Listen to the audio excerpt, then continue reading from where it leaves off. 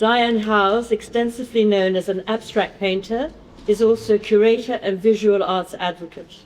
Her professional career has long blended independent artist practice with leadership roles in major arts organizations. Her work is held in many private and public collections, including the National Center of Early Music and the Government Art Collection. Andrew Hewish works in painting, sculpture, and on paper, and for this show we have chosen to focus on recent collage works mounted on hoard. He has a PhD from the Royal College of Art and is collected internationally and was awarded the British Empire Medal for services to the arts in 2021. Jonathan Schofield is a London-based painter. He studied painting at the Royal College of Art, gaining a master's degree in fine art. Schofield recently came across this quote by D.H. Lawrence that he finds particularly sympathetic to the painting process. "Only that which is utterly intangible matters, the contact, the spark of exchange, that which can never be fastened upon, forever gone, forever coming, never to be detained, the spark of contact." Entre, Chien et Loup is a French expression which comes from the medieval Latin infra aurum vespertinam inter canum et lupum, and alludes to the momentary liminality between day and night, when a wolf can easily be mistaken for a dog. It can also signify the instability of the world and mind, moments of transition, ambivalence, uncertainty.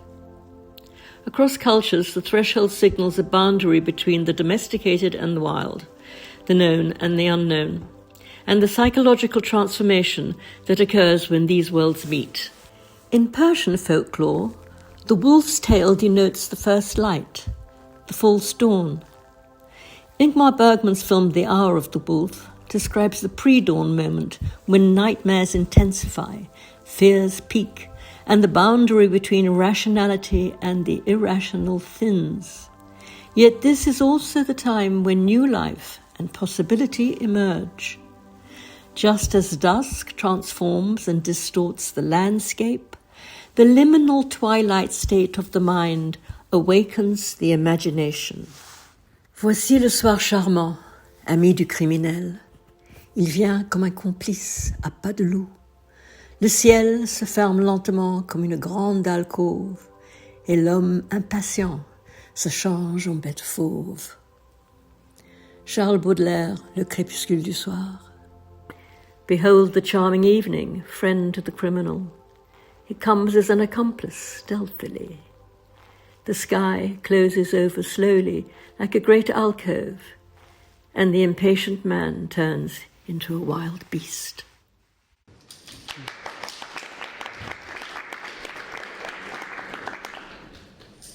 So we thought we might just answer that prompt in terms of how our individual work relates to what we just heard. So for me, Entre, Chien et Loup suggests a number of things, but one of the things it suggests is a certain time of day, which is dusk or dawn. In other words, twilight or half-light. Which is a transitionary time and a time of low light, obviously. So in your eye, as I'm sure you all know, you have two types of light receptors. So you have rods and cones, and they respond either to bright light or they switch over at the point of lower light. And the cones, the receptors that switch on when the bright light goes down, have limited colour capacity. So there's a moment in dawn and dusk when the light is hovering between, when light is dying and the darkness is growing, and your eye is on that point of changing between your receptors. So certain things tend to happen at that time. Like certain, I'm sure you will have noticed, but certain colours tend to glow So if you've ever seen a field of bluebells in twilight, the colour really, really glows. So there's certain sort of optical things that happen around those times. And one of the things that I was interested in was that sort of glow of colour and a very, a lack of contrast. Contrast only really happens in bright daylight.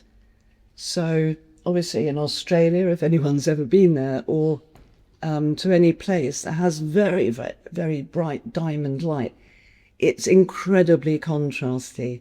The shadows are black, the side of a building is pure white.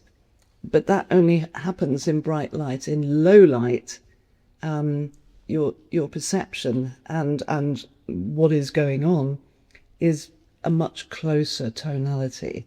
So I was interested in that in terms of the paintings, and perhaps Jonathan might pick up a bit on that. I'm not sure. Yeah, I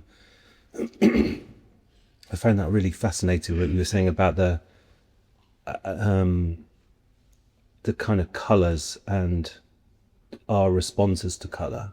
I mean, what I was going to say about the show was, or the title of the show was, I like to paint people, and I think I'm interested in people, the idea of people transforming and moving from one state to another.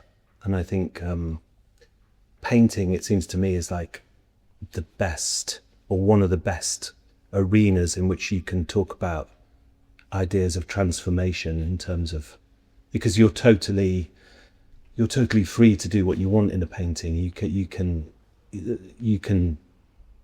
change, you can literally change. And I guess I'm interested in that idea of change and transformation. And I think the title of the show for me was really fascinating because of that nature of transformation. I mean, I called one of my paintings Lycanthropy, which is the painting on the palette, which is about lycanthropy is about the werewolf.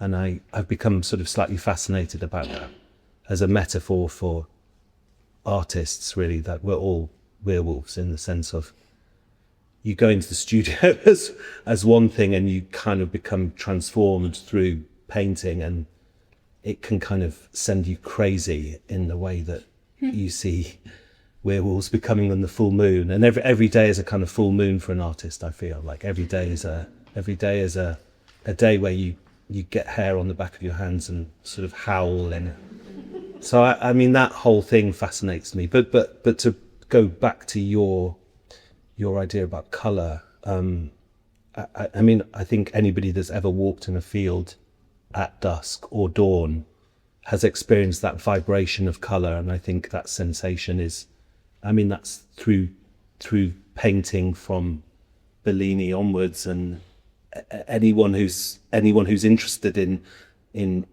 putting two colours together has felt that sense of vibration, and the colour actually is alive in that sense. And I'm going to sort of parry over to Andrew, but in terms of then I was thinking about your processes of transformation, because collage is the ultimate transformation medium, in a sense. Yes. By its nature, it's provisional. You can pin something in, transform it, you can alter it, and collage is the ultimate transformational way of working in a sense. Yes, with my paint, there's one of my paintings here. For me, the transformation is between the drawing and the painting. So usually there's a drawing that looks really, by the end of it, nothing like the painting. So it's a question of how far that might travel, and what, I mean, I'm sure for both of you, what transforms within the work of the painting. It's never what you might expect. It's always something else, and there's always that constant transformation on the canvas as it's being made. But as you said, Jonathan, it is the ultimate, and I do wonder if it starts with Baudelaire in a way, because he started using words and space in all sorts of ways. It's often referred to as the origin of modernism. Something there's a word there, and there's a word there, and there's a word there, and you travel across that space, and something happens within that space, and that's the liminal space of where text might meet space and its distribution. So I think there's certainly something of that. But also, as you say, the Bellini, the Venetians, for me, I have made paintings with direct reference to what I think might have been going on, which is I think their ultimate reference was probably the stage. What do I do in a painting? It's not real life, it's the stage. And so for me, I'm thinking about the transformative space of the stage when making these, and that's that contained space that I operate within, which I think Bacon was probably also, he's very big on the stage of the boxing ring and what happens within that space. We were talking about an interesting thing, which is the fact that written text in the Western world, in this instance, or the North and Western world, when it first got going, there were no gaps between the words. It was one continuous text. And most of the texts at that time were religious and written in Latin. And they actually had these sort of pointers to try and figure out what the actual words were. And the reason for this was because when we speak, there are no gaps between the words. Because if you did, it would sound like that. So it was written down as spoken with no gaps between the words. And then at some point around the 7th century, basically monks, who were the people reading these texts, got fed up with that as an idea and decided that they would put spaces between the words so that when they looked at a written page, they could more easily read it. And that's a really interesting idea, that's a kind of revolution in terms of the development of the written word. And it might be a jump to say it, but we were talking about this because I sort of think of that actually constructed gap or space as a rather liminal space that's just sort of hanging there between the words. It's not doing anything, but without it, the words become more difficult to understand. Yeah, I mean, and also I think painting can be seen as one of the great liminal spaces of our time because it's so different, it's so much apart. And for me, painting is always about painting, but it's very much its own thing. It's a space unto itself, which is why I think it keeps giving and giving. But I guess one of my questions would be, if there's transformation going on in all of these, where do you start? I mean, you have a blank space. Where do you start? So basically, we mix up some paint. Trying to think of a good answer to that. I know exactly. I mean, one of the things that is kind of like exactly a starting point for a physical painting, but one of the things with the ideas around this show was that I'm very interested in this idea of some places and some times being thinner, and it's described as the veil between worlds being thinner, and that's a really interesting idea to me. I think to lots of people, and you sort of think, well, it's a fanciful idea, but actually, when you think about it, perhaps scientifically, gravity is not the same everywhere in the world. We think it is, but actually it isn't. In different places, gravity has a different weight, if you like. And things like the North Pole, which we think is a kind of definite point, North Pole, that defines true north. But the North Pole actually wanders around. At the moment, it's wandered off towards Siberia. Whether it'll wander back to where it started, who can say? But it is not a fixed point in the way we think it is. So then, when you think about that, maybe the world isn't Fixed. Isn't fixed, and maybe there are these thinner places. But I think to take the sort of metaphor of thinness and that idea of it, as you're going through your daily life, the skin between you and the world is thick. You know, if you're walking down the street, there's no porosity really in terms of your dealings with other people, and then you might bump into a friend, and that porosity becomes thinner because they know you, and so that dialogue starts to happen.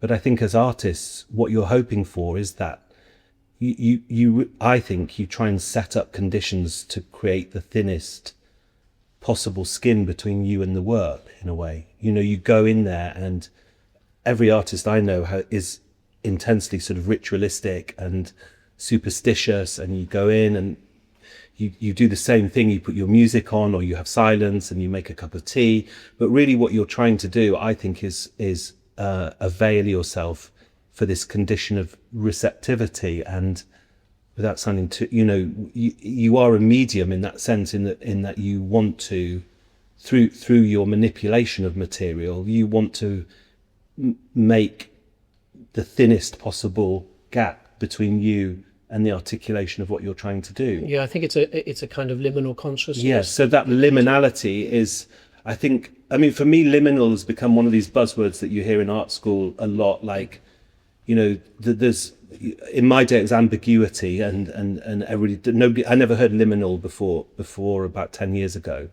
And you hear words coming into existence in sort of art school crits, and liminal, it seems to me, is a sort of very of the moment word, in terms of we are in these sort of like half spaces, and I guess it's because of where we are, you know, in the world, that we feel more at home in these sort of ambiguous half spaces. We don't want to sort of concretize anything. But I think there's also it has been scientifically studied. Yeah. That consciousness required to go into a zone of making. Yes. And they think it's quite close to that zone of just before you're sleeping. Yes. The hypnagogic. Yeah, exactly. Yeah. I mean, I think, you know, making any kind of work, people talk about the zone, and, you know, but that is I think anybody who's ever made a piece of work has experienced that sensation of being sort of within yourself but out of yourself as well. And that's why this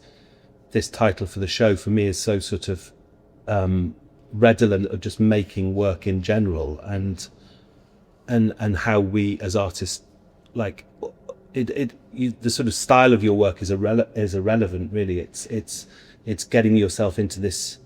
I mean, Cy Tomley used to joke, apparently he used to say, "Oh, I can feel a painting coming on."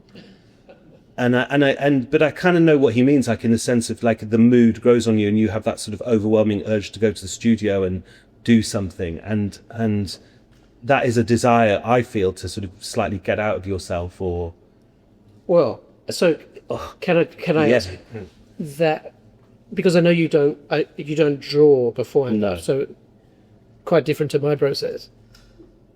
Where do you start? You've got a blank canvas, and Yeah. it's the time of the painting. Yeah. I mean, for both of you, what do you I mean, do? for me, so I've sort of talked about this a little bit before, but I have a sort of image bank of, a bit like Bacon called it his compost, you know, like a kind of visual resource, and I will sort of find images that for some reason speak to me. I don't often quite know why, but that will be the starting point for a painting. But I don't really, I'll just go in and I'll just maybe put a color down, or I'll maybe just and then I guess for me it's a little bit like a film director doing a take. Like I might sort of cut out a shape and put what is going to be the figure in, pin it. So again, not dissimilar to a collage. Yes. And then I might outline that and then leave that and then come back to it. So, and each sort of session of the painting, I try to sort of push towards being more specific in what I'm trying to aim for. So, But Diane, do you start with a blank canvas, or do you try and spill coffee on it first, or to give yourself something to start with? Yeah, I think everyone has to give themselves something to start with. But I mean, genuinely, I start by mixing paint and colour, and then some of that seems to migrate onto this surface, and then once there's something on the surface, it's like a game of two-dimensional perhaps, but physical chess, because then you immediately start kind of responding to the colours that are there, the forms, the shapes, things that start to emerge. But going back to that sort of notion of being in a certain state and the processes that you need to go through perhaps to get there. There's a great quote from Philip Guston where he talks about when you go into the studio, everyone is there with you. yeah. All your family, your parents, your friends, your teachers, your critics. And as you start to work, one by one, they leave. And if you're really working well, you leave. And I think every artist will understand that sort of moment that you work towards when you leave. And the work is itself. And the work is itself. And that sort of, if you like, crossing through the veil going through the thinner space to, in fact, that portal to touching, in a sense, somewhere else. I think it's a curious thing, that idea of attention, because as a painter, you're sort of hyper focused on your work, but at the same time, the best results come when you're sort of distracted at the same time. Well, you were talking about your painting at the far end, which I absolutely love. If no one's seen it, the chrysanthemums in a vase. Yeah. Tell us about that. Well, that's what I call an end of the day painting, which is you've been slaving away, thinking you're, like Balzac, you're sort of making your masterpiece, or you think of it. And then the painting you do with the leftover paint at the end of the day is a far more successful, because you're basically exhausted and all your pretensions have dropped because you're knackered and irritated and a bit pissed off. And so I find that last 10 minutes of the day when you're kind of done in and you want to go home and think about cooking something for dinner is when you get these slightly magical moments of something mysteriously coalescing. And I think that is a really interesting thing, because that's not accident. That is a consciously unconscious I think that thing. and goes back to the hypnagogic and being in the zone. You're not focusing and you're not determined to produce a result. And so I made that painting, which is 2 chrysanthemums, and it was like there was just a little bit of pink. It's quite thinly painted, but it worked. But I find that's both a sort of terrifying feeling and a kind of nice feeling, because you're like, oh, is that, am I that bad an artist that I'm in so little control of my medium? But at the same time, it's kind of, well, that's what it's all about at the same time. Yeah, I think the risk is very important. To throw all the balls in the air and hope something happens. Yeah. That was something I was actually going to ask Diane, that's because that's the way I read often or approach an abstract painting when I'm viewing it, is where's the drama? You've thrown all these things and you've thrown some color on and you hope it works, and then you have to adjust something and you're doing some problem solving. So for me, it is almost like a stage playing out in front of you. And then so that, that famous question, where did she finish? Do you feel that as your painting? Yeah, I suppose so. I kind of, I try, I don't know, I try to not, talking about what we were just saying, I try not to, well, I don't try, I abandon feeling anything while I'm painting. I put it to one side, and it's that sense of allowing something else to happen. Yeah. But do you ever think, oh, that's just not working, I have to scrape back or do something All else? the time, yeah, all the time. I mean, the way I work is this whole process of putting stuff onto the surface and then scraping it off again, basically.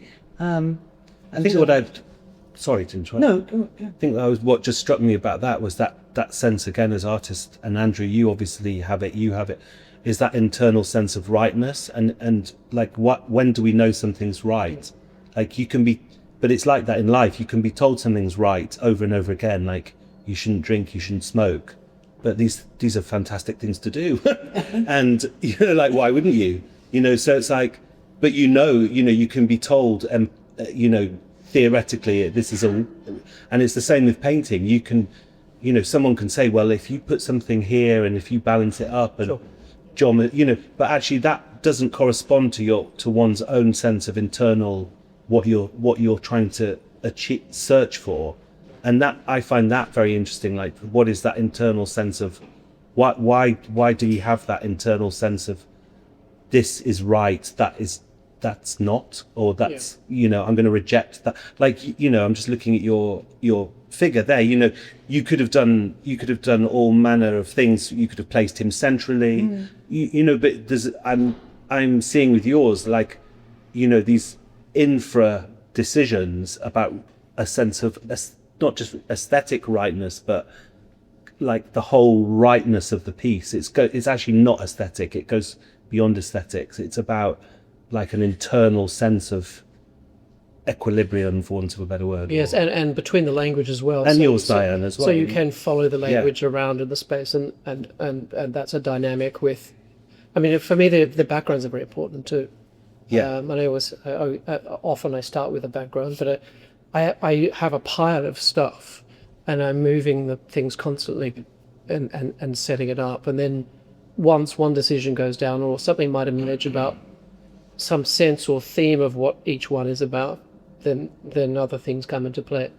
But yeah, not over determining that, I think, is key, because of course we now have automation that can produce the perfect painting in terms of dynamics and color balance and things. But I mean, what do you feel about in the idea of intentionality in work, and because this goes back to what we're saying about like being conscious or unconscious of our decisions. Yeah, I think you've got to shut that down. I think we probably have gone through a phase of very intentional art, where the end point is already determined, and that you give over to a studio to do often, or something like that. Whereas, what I like about these works and painting in general is that's just possibly a space of the awkward or the unexpected. There's something other than that perfect outcome.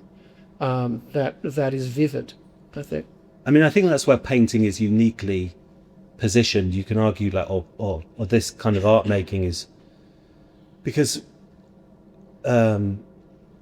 it's low probability thinking in a way. It's erratic and it's accidental. It's a fuzzy logic. It's a fuzzy logic. And when I was thinking about, because I worked in the field of design for a long time, and I had a job and it was like I was given a brief, and I couldn't deviate from that brief. So, your boss or the client, whoever, would say, well, I want X, Y, Z, and I want that delivered on the 29th of the month. And you might go through kind of a hellish journey. I'm not saying that designers don't go through that same torture, but there is a straight line between intention and realization. Whereas in art making, the opposite is true. There should be no straight line. What you start with should not be what for me, maybe a definition of what is a good piece of art is something that the end result was nothing to do with the first intention. Or adds to people's expectations. But that's a very counterintuitive sort of way of thinking. If you worked in banking, or somebody would say, what, you end up with something that what the fuck, why would you do that? But actually that's the whole point, is to surprise yourself, trip yourself up, fuck it up. Like, you want to, the whole business of art making is counterintuitive. And I think that's where it's, which can make commissions difficult, as Whistler found out. I mean, commissions are for that reason inherently problematic, aren't they? But I just think as a general thing, we've got to hold on to that idea that art is that way of thinking is very valid and going to become increasingly valid Yes. as we go through this automization of creativity. I mean, I know I'm going off. Materiality. I mean, materiality, I think, Yeah. is coming roaring back. Yeah. And for me, the confusion between pre-digital Yeah. printing and pre-digital photography, and some people have never seen that or never focused on Yeah. that before, and the confusion that might set up. Or, I mean, in painting, it's gooey. Yeah. It's a substance. It's very clearly a substance, and it's a strange substance. And I think increasingly that will be more important the more dematerialized we all are with our AI companions. But Diane, so is it true that your color palette, because it's really interesting that, and this is not, I understand, deliberate from Vivian, but there are unusual palettes, and they're very close between the two of you. So is this a color palette that's liminal for you? Is that or it's just a mood, or it's the seasons? Because this palette's quite different to the last show you had. Well, again, I mean, just picking up momentarily on what Jonathan was saying, I think what you're describing is a way of thinking, Yeah. and almost like anti-thinking, upending thinking, challenging thinking, which is really important. And I actually think other people involved in other fields, such as science, do use that, They because do, I think. Yeah. More than we think. I more think. than we realise, Yeah. and that how important it is to be able to look at something or take something and then completely, what if the opposite is true? What if something different is true? What if none of that exists at all? You read quite a lot in science. Yeah, I do. As well yeah. as art. Yeah. And does that inform your work directly, or it nudges you somehow, or it's in the back of your Well, mind? I just find reading about quantum mechanics really quite magical, because again, that's where all bets are off. So for a long time, people thought, oh, you drop an apple and it falls down. Oh, Newton said, yeah, that's gravity. Call it gravity. That's what it does. Plonk. And then people go, oh, do you know what? We've measured gravity. Not the same everywhere. And that's a very small metaphor, I suppose, for what seems to happen. You could say in science, but actually happens in the world, is that we're constantly finding another doorway, another portal, and going through it to a whole different way of being able to understand things. Which is where poetry helps. Well, and I mean, poetry itself is interesting, isn't it? Because, one of the things that we might come on to is that idea of narrative in visual work, and poetry kind of has a narrative, but it doesn't. Yes, yeah. Or it appends ways that we think we might describe things, and so on. So, Certainly for mine, I think of them as coming out of concrete poetry, rather than delivering a message necessarily. But Jonathan, yours are, can we say yours are cinematic? Because you are interested in cinema. Yeah, I definitely am interested in, but I would bracket it as sort of cinematic poetics as well. I think that I think the danger. I'm slightly wary of when people say, "Oh, you like cinema in painting." It's like it's a kind of it's a substitute for the process of making films, but I guess what I'm interested in is cinema as a way of making images, and how cinema works in that way. Yeah. And so does narrative follow that, or do you see yourself resisting narrative? I sort of not actively, but consciously resist telling a story in my work. Yeah. So, I mean, for instance, this painting that's in the middle of Diane's beautiful paintings. You could say there's a sort of narrative. There is some kind of narrative going on in that painting, but I would be very loath to kind of formulate that for a viewer. I mean, I think it's endlessly lovely and encouraging when someone looks at your work and go, oh, that painting is about this, and you're like, and you sort of smile and go, oh yeah, of course it is, and it has nothing to do with your work. So I'm happy for people to sort of impose or project their own narratives onto it, but in terms of me making images, I'm really resisting telling a story. I don't want to tell a story. Yeah. And I think cinema, as I interpret it, is, the things I'm interested in cinema, sort of the narrative is kind of like probably the bottom of the list, really. Right. Yeah.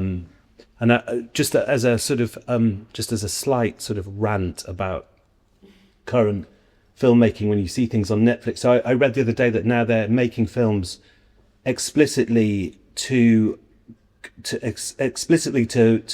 appeal to the sort of ADHD, hyper overstimulated mind. So you can. They make a film where the narrative is so sort of didactic that you can look at your phone and watch the film, and you'll get both. And I'm like, they reiterate, and that is a conscious thing. That is a conscious thing. If you see an Amazon original or a Netflix special now, they are designing that film because it is a design process in a sense where you are able to doom scroll on your phone and enjoy this film. And I'm like, that's a kind of level of like sort of cultural schizophrenia that we're like, where are we heading with that? Because that's why we have several paintings here, so you can go.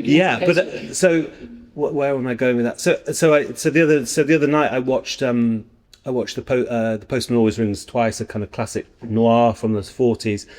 But what amazed me about it was I was thinking, okay, this is made maybe like 15, 20 years after silent movies stopped, but you get the feeling that the directors were so immersed in image making and so unbothered about script that they tell you this story, and it's like bang, bang, bang. Every still of this frame is leading you towards the story, but in imagery, not words.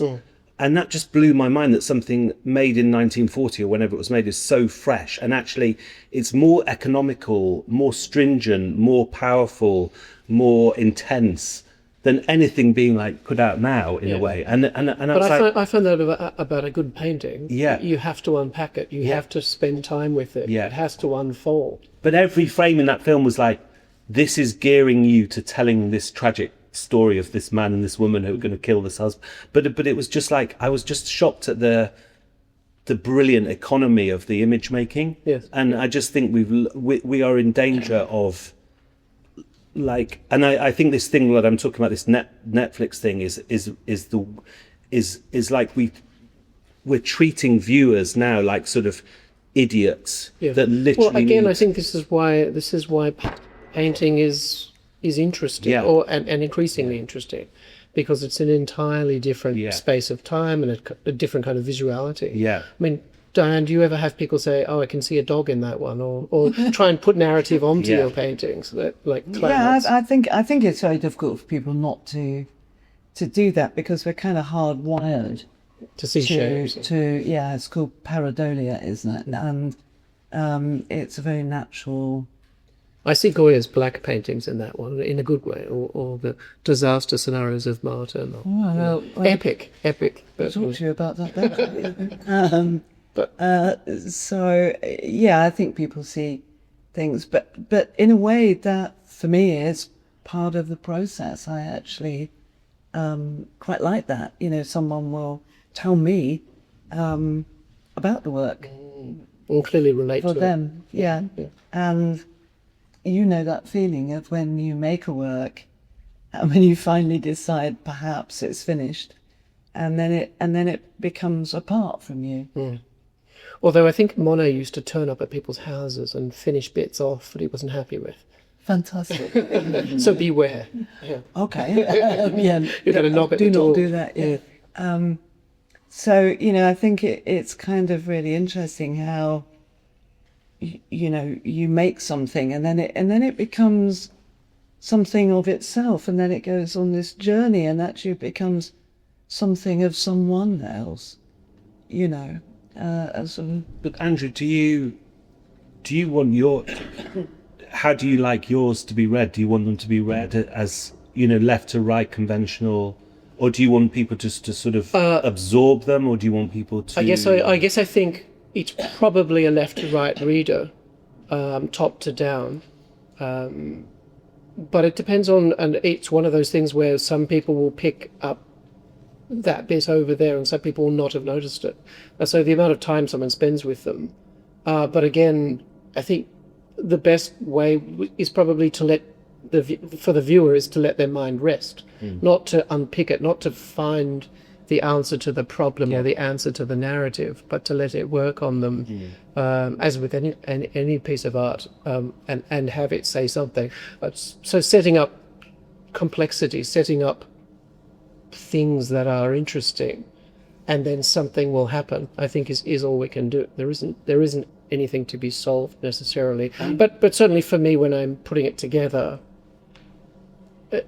I'm thinking or feeling something with each one.